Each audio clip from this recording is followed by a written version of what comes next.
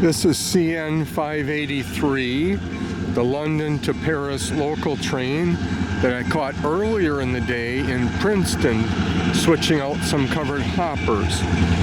Now I've heard on the scanner that there's a slow order and that the signal light right at the grade crossing there for the diamond is malfunctioning in red. But I heard them give permission, or dispatch give permission with the slow order.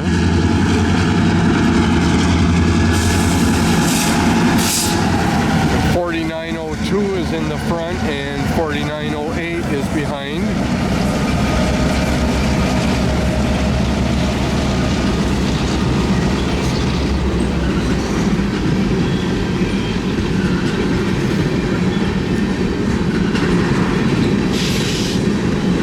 There seems to be some work going on just to the left here as the train's going by with the slow order. Don't know what it is. Maybe they're working on the signal lights and that's why it's red. That is the 5 covered hoppers that were pulled out of Princeton earlier.